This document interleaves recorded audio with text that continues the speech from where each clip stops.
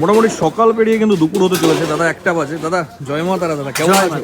শুভ নববর্ষ, happy new year সবাইকে, সবাই ভালো থাকবেন। এখন কি মোটামুটি সব কাজকর্ম ছেড়ে এখন একটু স্বস্তির নিঃশ্বাস ফেলে বসলে নাকি? একদম তবুও কি স্বস্তি হয়? এখন তো আরো কাস্টমার বাড়বে, এখন তাদেরকে দেওয়া দেওয়া করতে হবে। একদম শেষের দিকে, মানে স্বস্তি হচ্ছে শ্মশানেই স্বস্তি।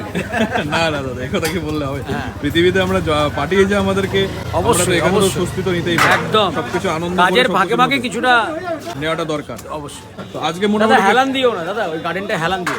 দাদা আজকে মোটামুটি কত প্রকারের রান্না আছে? আজকে আছে প্রায় 8-10-12 রকমের মতো হবে। 8-10-12 রকম, তাই তো? আজ এই যে দেখাতে পাচ্ছি টমেটোর চাটনি আছে, এইখানে মোটামুটি সেই বেগুন সুন্দরী কিন্তু আছে। আর কি কি আছে দাদা বলো? এটা গোবিন্দভোগ চালের খিচুড়ি আছে। গোবিন্দভোগ চালের খিচুড়ি, হ্যাঁ, এটা পাপড় ভাজা। পাপড় ভাজা, আর এই হলো বেগুন সুন্দরী। আর এই যে চলে গেল, আর এটা হচ্ছে লাবড়ার তরকারি।